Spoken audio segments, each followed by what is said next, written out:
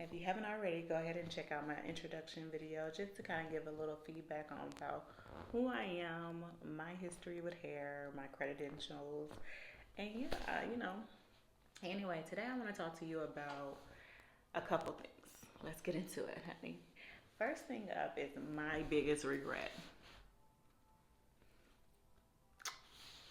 My biggest regret, I can't necessarily say that I regret anything because I think everything happens for a reason. I feel like either you're going to learn from it, you're going to grow from it, something. Like if you, so it's hard to say it's a regret, right? Because if you don't go through something, you don't learn from something, right? You don't know what to do next time. But if I had to pinpoint a regret, I actually have like a couple. One of them is being how I started my first business. Now, I'm not ignorant. I already know most people said do not start with your own money, and that's exactly what I wanted to do. That's exactly what I did because number one, I didn't really want debt. Number two, I'm just like such a I want it now, I want it now, I want it now person. And because I wanted it now, and I didn't go through a slow process to get what I wanted. I spent a lot of money, a lot of unnecessary money. Like there's things I could have cut back on. I could have done things in order or like in phases versus just. So in return, I feel like I wasted a lot of money just because I opened a business. I realized, baby, I don't like this.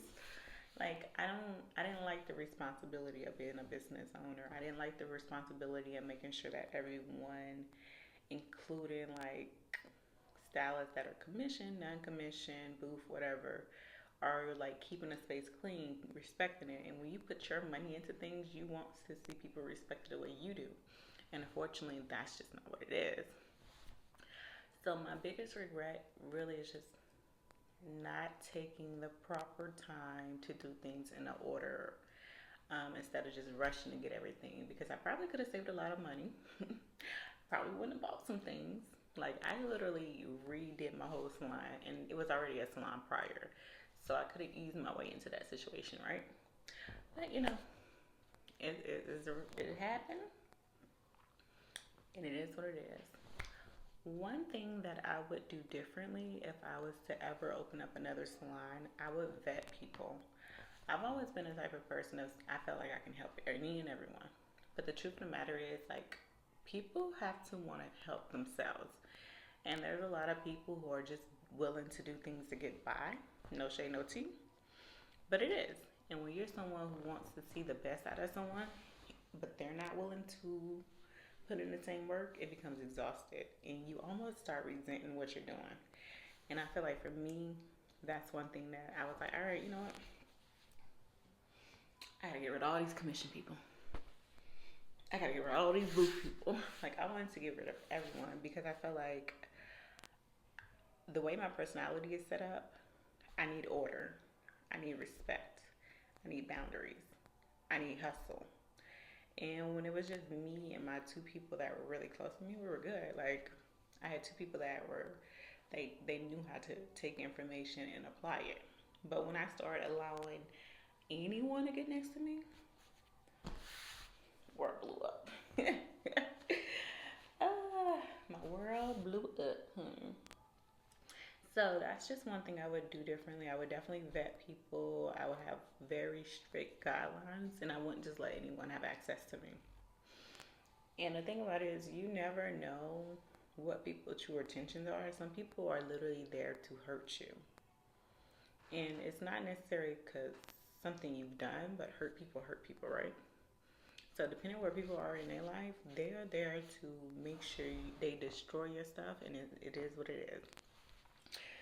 So yeah, that's one thing I would do differently was vet people. I stayed motivated number one because I knew I had to pay the bills. Like it didn't matter if everyone left the salon, I was still responsible for the bills. I had to pay my bills. I always had a bigger vision for myself. So, and I always believe like even at least try something. You can try something and you don't like it. I wouldn't say I would never do salon ownership again, but I would definitely do it differently.